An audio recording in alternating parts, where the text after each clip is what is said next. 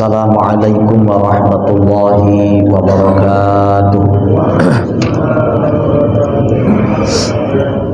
Bismillahirrahmanirrahim.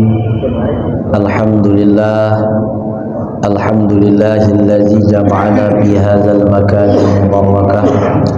Asyhadu an la ilaha illallah wahdahu la syarika lah. Wa asyhadu anna sayyidana Muhammadan abduhu wa rasuluhu la nabiyya ba'dah. Allahumma shalli wa sallim wa barik ala sayyidina Muhammad ibni Abdillah wa ala alihi wa sahbihi wa zuriyatihi wa atba'ihi ila yaumil qiyamah, amma ba'd. Raditu billahi rabba wa bil islami dina wa bi Muhammadin nabiyya wa rasula. Hasbunallah wa ni'mal wakil, ni'mal maula wa ni'mal nasir. La hawla wa la quwwata illa billahil aliyyil azim. Hadirin jamaah salat fardu maghrib yang dimuliakan oleh Allah Subhanahu wa taala, yang menjadi pokok pembicaraan kita bahwasanya Allah Subhanahu wa taala nanti datang di akhirat itu, bila mana Allah nanti datang menemui seseorang yang bila mana orang ini meninggal membawa dosa kecil, tapi bila mana Allah menemui orang ini dengan keadilannya, dihitung oleh Allah Subhanahu wa ta'ala dengan seadil-adilnya, maka dosa yang kecil itu tidak ada istilahnya kecil, akan berubah menjadi dosa besar. Jadi kalau Allah menghitung kesalahan kita ini dengan seadil-adilnya, walaupun kita tidak pernah berzina, walaupun kita tidak pernah mencuri, walaupun kita tidak pernah korupsi, walaupun kita tidak pernah itu, tidak pernah ini, tapi bila Allah menghitung kita ini dengan seadil-adilnya, maka dosa kecil yang kita miliki itu pasti akan menjadi besar di hadapan Allah Subhanahu wa ta'ala.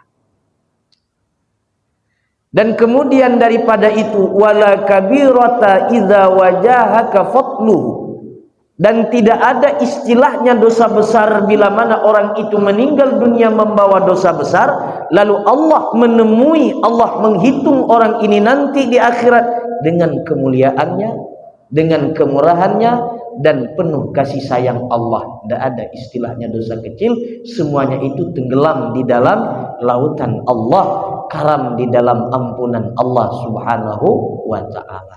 Jadi sudah dapat kita yang menjadi pembicaraan kita bahwa Allah Subhanahu wa ta'ala bila mana datang menemui seorang hamba yang dia itu hanya dosa kecil yang dia bawa, tetapi Allah hitung dia dengan keadilannya, Allah hitung itu hamba dengan seadil-adilnya, yang kecil akan berubah menjadi besar.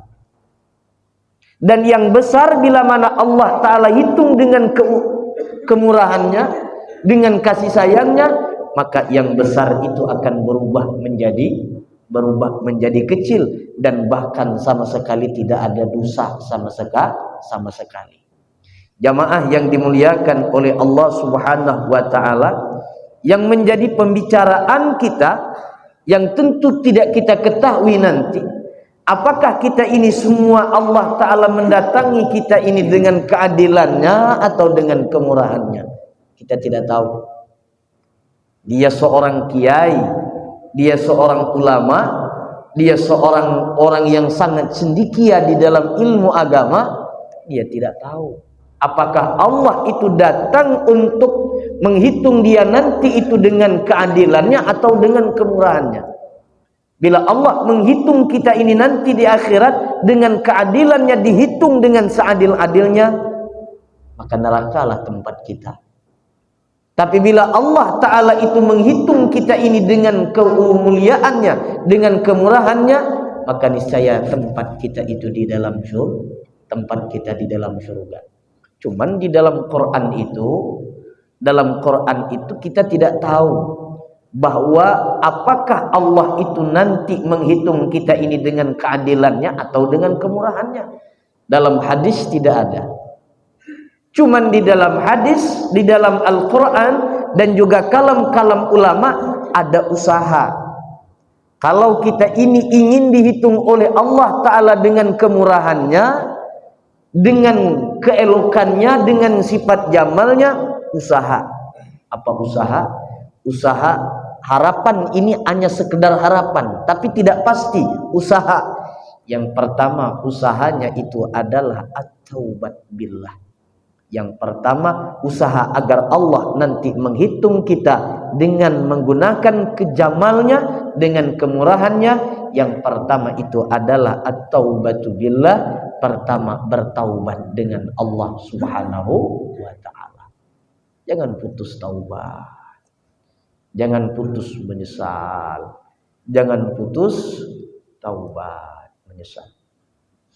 Jamaah yang dimuliakan oleh Allah Subhanahu wa ta'ala, jadi usaha kita yang pertama agar Allah datang menghitung kita ini nanti dengan kemurahannya, yang pertama adalah at-taubatu billah. Yang pertama taubat kepada Allah Subhanahu wa ta'ala. Yang kedua as-sakha. Yang kedua itu adalah sifat pemurah. Yang kedua itu adalah memiliki sifat pemurah.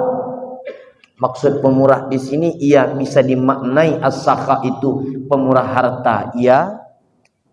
Maksud as-sakha itu juga adalah pemurah di setiap ada kawan teman, kaum kerabat yang memiliki masalah, dia berusaha sekuat mungkin, semampu mungkin untuk menyelesaikannya. Artinya ikut andil terlibat di dalam masalah itu, berusaha untuk menyelesaikannya. Itu juga tergolong daripada kategori as-sakha. Termasuk as-sakha itu makna pemurah adalah tidak pernah menyakiti hati orang. Nah, ini penting nih. Ini penting. Yaitu adalah tidak pernah menyakiti hati seseorang. Ya Allah, kalau kita nih, khususnya saya, mungkin bila saya meninggal nanti, ini tak usah dulu, nanti kapan-kapan gitu, 1000 tahun lagi. Nah, itu mungkin banyak orang mungkin bilang bahwa saya ini jahat. Nah, omongan yang baik kepada orang yang sudah meninggal itu, mengenang yang baik, itu termasuk daripada as-sakha, si jenazah atau si mayit itu. Pemurah itu Nabi sudah ajarkan bahwa mendoakan dan saling mencintai umat Nabi Muhammad SAW. Di dalam kitab Manaqib, Syekh Saman Al-Madani termasuk juga menafsirkan kata as-sakha, pemurah itu mendoakan umat Rasulullah dengan doa Allahumma ufir ummata Sayyidina Muhammad, Allahumma arham ummata Sayyidina Muhammad, Allahumma jbur ummata Sayyidina Muhammad, Allahumma astur ummata Sayyidina Muhammad. Nah, kata Syekh Saman Al-Madani, mengamalkan ini doa, maka dia dikelompokkan kepada orang-orang yang as-sakha, orang-orang yang pemurah. Dia dikelompokkan oleh Allah Subhanahu wa ta'ala dalam kategori orang-orang yang pemurah. Allahumma ighfir ummata Sayyidina Muhammad, ya Allah ampunilah dosa umat Muhammad. Ya Allah tutupilah aib umat Muhammad, ya Allah kasihanilah umat Nabi Muhammad, ya Allah tutupi kekurangan umat Nabi Muhammad. Nah, kemudian Syekh Saman menambah lagi, barang siapa yang mengamalkan doa ini, maka dia tercatat sebagai wali mastur oleh Allah Subhanahu wa ta'ala. Insyaallah kita siap mengamalkannya. Mudah-mudahan dengan kita mengamalkan doa daripada Syekh Saman Al-Madani ini, kita menjadi orang-orang yang as-sakha billah, orang-orang yang pemurah karena Allah Subhanahu wa ta'ala. Jamaah yang dimuliakan oleh Allah Subhanahu wa ta'ala. Kemudian yang ketiga, usaha kita agar Allah Subhanahu wa ta'ala nanti datang menemui kita itu dengan kemurahannya, dengan fadalnya, yaitu ahabbu man ahabbullah, mencintai orang yang dicintai oleh Allah. Mencintai orang yang dicintai oleh Allah. Dulu di zaman dahulu, di dalam kitab Tuan Syekh Abdul Qadir Jailani, bahwa di zaman dulu ada seorang orang yang paling nakal. Tapi begitu meninggal dunia, mendapatkan tempat yang layak. Apa sebabnya? Hanya bekas debu daripada orang yang dicintai oleh Allah Subhanahu wa ta'ala. Karena bekas debunya kuda Tuan Syekh Abdul Qadir Al-Jailani.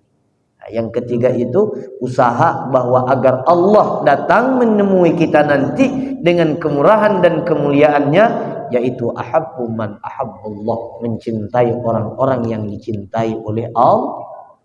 Kita tidak tahu siapa yang dicintai oleh Allah di sini, kita tidak tahu.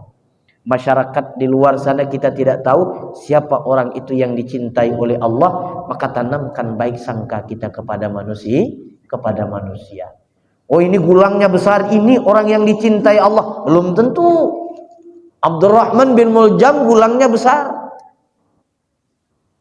Orang ini adalah orang yang dikelihatan kita ulama, orang ini adalah orang yang dicintai oleh Allah. Oh, belum tentu. Maka nanti di depan ada bahwasanya subhana man satara sirral khususiyah bi zuhuri wasfil basyariyah. Maha suci Allah Ta'ala menutupi rahasia-rahasia keistimewaan pada tiap-tiap hambanya dengan Allah Ta'ala tutup dengan sifat kemanusiaan yang ada pada diri manusia, Saya tidak tahu keistimewaan Bapak, dan Bapak juga tidak tahu keistimewaan saya.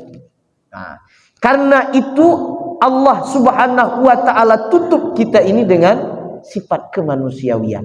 Kita makan, kita minum, kita nikah kawin, padahal Allah Ta'ala ada menitip rahasia daripada tiap manusia itu, cuman kita yang tidak tahu. Maka untuk itu mencintai makhluk Allah, mencintai orang-orang yang dicintai oleh Allah, maka harus kita upayakan. Maka kita terapkan yang tiga ini apa? Hadis Nabi SAW, irhamu man fil ardi yarhamukum man fis sama. Kasihi makhluk yang ada di bumi, niscaya engkau akan dikasihi oleh makhluk yang ada di langit. Jamaah yang dimuliakan oleh Allah Ta'ala, ampun maaf, minta halal minta ridha. InsyaAllah minggu akan datang akan kita lanjut bahwasanya hikmah yang ke-51, la amala arjalil qabul min amalil yughaibu anka syuhuduhu wa yahtaqiru anka wujuduhu. Janganlah engkau mengharap amal ibadahmu itu diterima oleh Allah Ta'ala bila mana engkau menyaksikan amal itu, dan janganlah engkau menganggap enteng dengan satu amal yang bila mana amal itu dipandang oleh Allah Ta'ala dengan rahmatnya.